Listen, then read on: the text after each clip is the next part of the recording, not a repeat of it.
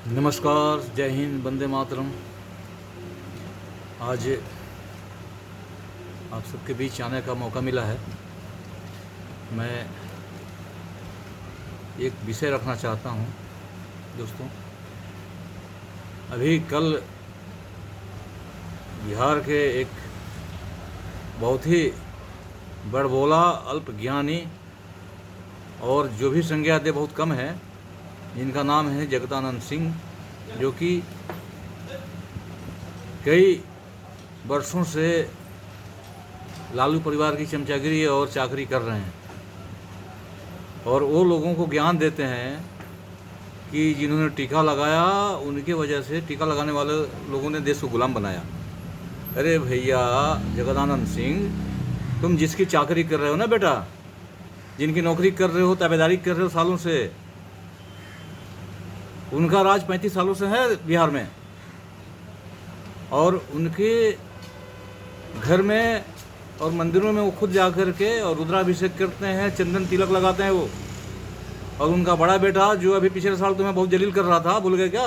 बहुत जलील किया था तुम्हें, दूसरा होता तो भाग जाता छोड़ छाड़ के, लेकिन वो आपको जलील करने के बावजूद आप बने रहे, क्योंकि आपकी और कहीं गुजारा नहीं है।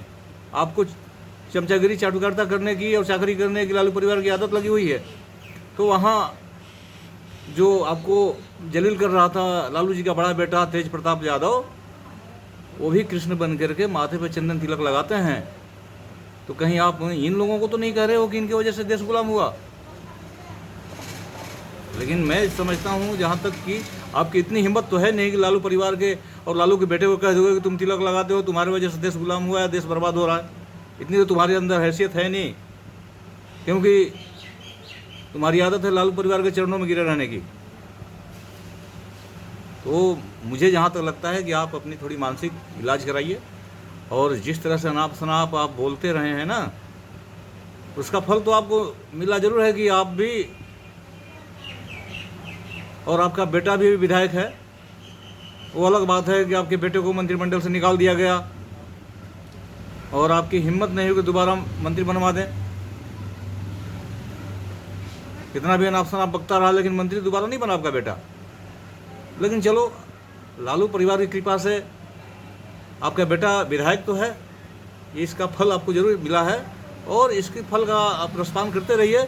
और सनातन को, चंदनधारियों को, ब्राह्मणों को और जो भी समाज को एकजुट करने में लगे हुए लोग हैं, उनको गाली देते रहिए। इससे आपकी रोजी रोटी चलती रहेगी, आपके परिवार की भी चलती रहेगी। हो सकता है कि जब तक लालू परिवार है तब तक आपकी ये जीविका चलती रहेगी। आप जो चाकरी कर रहे हैं वो करते रहिए। इससे ज़्यादा आपकी काबिलियत कुछ है नहीं, क्योंकि आरजेडी के प्रदेश अध्यक्ष किस लिए आपको बनाया गया है वो सब जानते हैं। कितना आप वोट जुटा सकते हैं, कितना आप वोट दिलवा सकते हैं अपने समाज का, वो आपकी नहीं है हैसियत। बस एक काबिलियत है, वो करते रहिए आप, और सनातनियों को और चंदनधारियों को और हिंदुओं को गाली देते रहिए। ठीक है, अब ये बात रहा। अब जरा आपकी हिम्मत हो तो जरा एक बार इस पार में भी बोल देते हैं कि 35 साल से लालू नीतीश का शासन है, इसके बावजूद बिहार में गैर बराबरी है। ये गैर बराबरी कौन कर रहा है?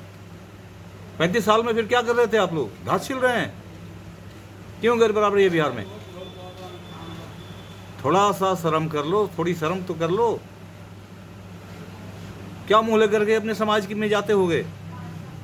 आप राजपूत समाज के व्यक्ति हैं, तो कौन सा मुंह लेकर आप जाते होंगे समाज में कि मैं अपने समाज को ही गाली देता हूं, दिलवाता हूं?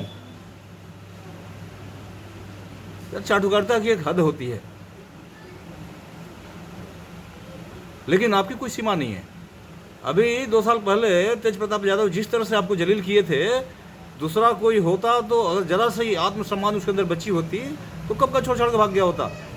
लेकिन वो चीज़ आपके अंदर है नहीं। बस इसी तरह सनातनियों को, ब्राह्मणों को, चंदनधारियों को, पुजारियों को गाली दीजिए और अपनी रोजी रोटी, अपनी जीविका चलाते रहिए। इसी में आपका और आपके परिवार का भला हो रहा है, आप करिए। लेकिन एक बात समझ लीजिए कि जब जब हो धर्म की हानि और बाढ़ ही असुर अधम अभिमानी, तो अभी आप लोगों का बढ़ने का समय है, लेकिन जब ईश्वर अवतार ले लेंगे ना तो सब क्या कुल समेत सफाया हो जाएगा और फिर कोई बचा नहीं पाएगा, कोई नहीं बचेगा। यदा यदा ही धर्मस्य ग्लानिर्भवति भारत, तो ये जो संस्कृत का श्लोक है थोड़ी सी कभी कभी पढ़ लिया करो, आत्मज्ञान आएगा, थोड़ी चिंतन करा करो। उम्मीद है कि ईश्वर आपको सद्बुद्धि देंगे। बहुत बहुत धन्यवाद।